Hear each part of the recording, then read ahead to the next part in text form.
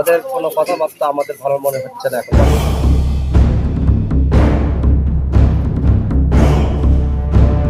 আসসালামু আলাইকুম। জি, অসংখ্য ধন্যবাদ আপনাকে, হৃদয় থেকে আপনাকে ধন্যবাদ যে আপনি আপনার মূল্যবান সময়টা আমাদেরকে দিলেন। তো সর্বপ্রথমে জানতে চাচ্ছি আপনি কেমন আছেন? আমি ভালো আছি বর্তমানে। যাক, আলহামদুলিল্লাহ, যা আল্লাহ পাক আপনাকে ভালো রেখেছে। আপনার নামটা জানতে পারি? আমি মোহাম্মদ আব্দুল মমিন মন্ডল।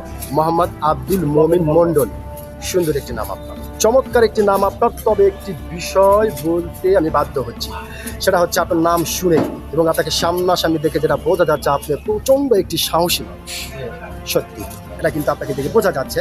তো যেহেতু আপনি বাংলাদেশের একজন সচেতন নাগরিক এবং একজন সাহসী মানুষ, সেই ক্ষেত্রে এই বিষয়টি আপনার কাছ থেকে জানতে চাচ্ছি যে বাংলাদেশ জামাতে ইসলাম তারা সংসদ থেকে রাজপথ বারবার করে একটি হুঁশিয়ারি দিচ্ছে। তারা বলছে কাঙ্ক্ষিত সময়ের ভিতরে যদি সংবিধান সংশোধন না করা হয় এবং জুলাই সনদ যদি বাস্তবায়ন না করা হয়, তাহলে জনগণকে সঙ্গে করে নিয়ে তারা একটা দুর্বার আন্দোলন গড়ে তুলবে। তাদের এই বিষয়টিকে আপনি কীভাবে দেখছেন? তাদের এই বিষয়টা নিয়ে আমি সম্মত নই। সম্মত নয় না, জি, তাদের দাবিকে সম্মত মনে করতেছি না। ৭১-এর সংবিধান আমরা মানি, সেটাই আমাদের আবার বলবৎ থাক, ওটা আমরা চাচ্ছি। ওদের কোনো কথাবার্তা আমাদের ভালো মনে হচ্ছে না এখন বর্তমানে। তারপরেও আপনার যদি কোনো প্রশ্ন আপনার কাছে থাকে পড়েন, সমস্যা নেই, বলবো।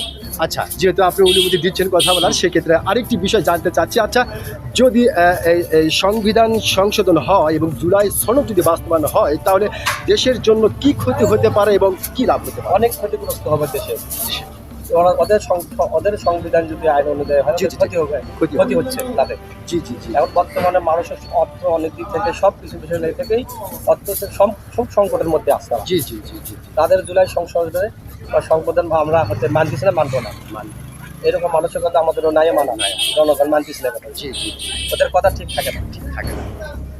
জি, ধন্যবাদ ভাইজান আপনাকে। সত্যি আপনি যে একজন সাহসী মানুষ, আপনি কিন্তু আপনার সাহসিকতার পরিচয় দিয়েছেন। আপনি অত্যন্ত গুরুত্বপূর্ণভাবে বেশ কয়েকটি কথা বলেছেন। আমি আশা করবো আপনার এই গুরুত্বপূর্ণ কথাটি ও সাহসী কথাটি বাংলাদেশের সমস্ত সচেতন মানুষদের হৃদয়ে জায়গা করে নিবে। অসংখ্য ধন্যবাদ আপনাকে। ধন্যবাদ। আসসালামু আলাইকুম।